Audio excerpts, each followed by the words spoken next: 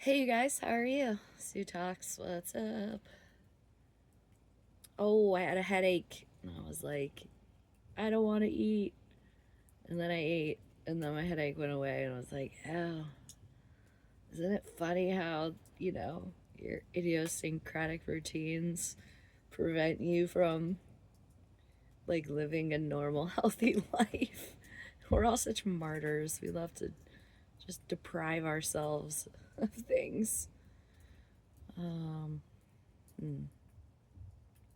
My little screech owl is out. I'm going to try to be a little quieter so maybe we could catch him. Um, you'll hear the kids clomping up and down the stairs. They're getting ready for bed. They're probably going to interrupt me. Hopefully not. It's like a really pretty day. They stayed outside playing for, I don't know, 3 hours. They hopped over a fence like 50. Did you hear him? There he was.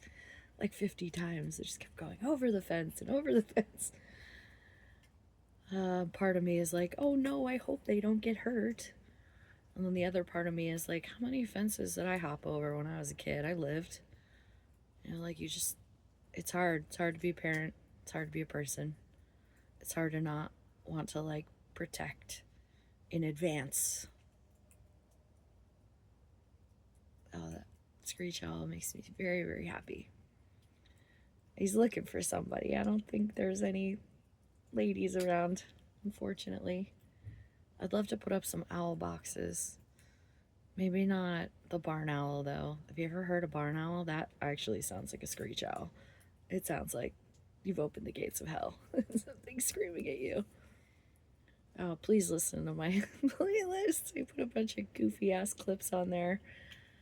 I love Dogma. Please watch that. It just was re released. So good. Um,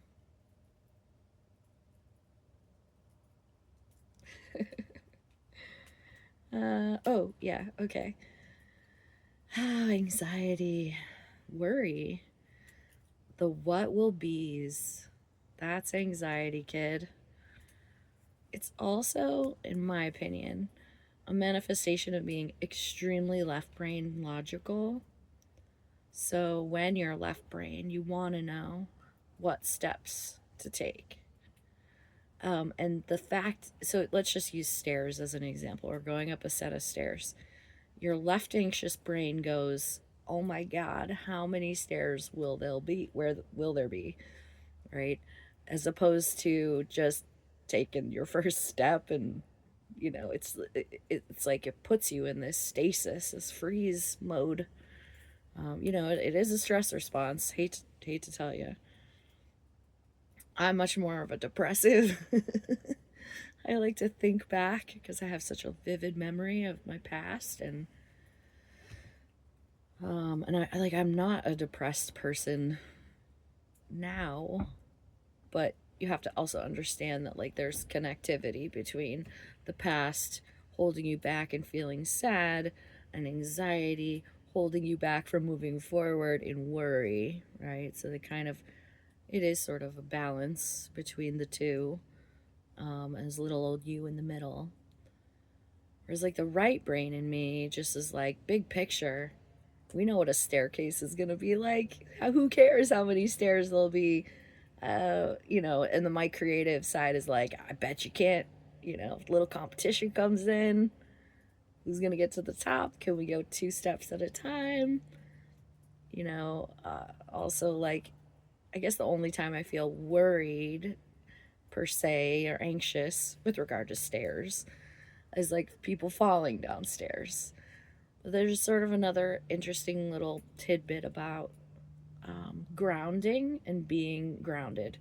So kids in particular, and we're all our little kid selves, right? So kids have a hard time with vestibular grounding. Sometimes you'll see kids with autism that walk on their tiptoes.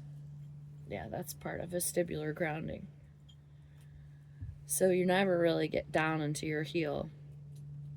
And I had a student once who was so scary on stairs, and we were in this really old building that just had tons of stairs. And you would never have thought that this is what we needed to do. But what helped him was if you put a backpack that was very heavy and then he held something in his hand so he couldn't hold the railing. But it would weigh him down in such a grounded way. It would force him to go down the stairs or up the stairs with intention. Oh, and you just like, whoa, that was the fix. You know, of course, like a lot of teachers that I meet in my or have met in my life are not flexible, don't want to add or subtract or do anything outside of the realm of whatever their contract says, which is really hard because, according to best teaching practices, any old teacher is supposed to be able to apply accommodations to assist kids that have various needs. But there's this old school teaching resistance, and they're all tenured. Isn't that great? Let's just keep them forever, even though they're inflexible and refuse to change. Okay, sorry. It's fine. You cannot fight fire with fire. Gotta be creative, gotta be positive, gotta be the vibe manager, right? So, in a lot of my partnerships in this life, I have very much balanced the anxious with the let's just give it a try and everything will be okay. And I guess like now I'm older and I'm starting to kind of process it more that it is more of my faith, you know, my hope, my my positive outlook, my all-knowingness that makes it so easy for me to not feel anxiety because I know that things are going to work out. I just know it. And I like sit with that little feeling and I'm like, I know it. I just, sorry, I hate to know shit, but I do. It's so hard. I just wish I could gift it to everyone. If you could all have Valentine's this year that had a little thing that just, you know, the little puzzle piece that made your brain go, I don't have to feel worried anymore because I know everything's going to work out. So maybe I guess that's the message. One, reach out. Two, listen to music. Three, everything's going to be okay. And come at me. You can quote me on that. All right, we're going to get there. Everything's going to be okay. And I love you, and I hope that you feed yourself and go to bed. Okay? Have a life.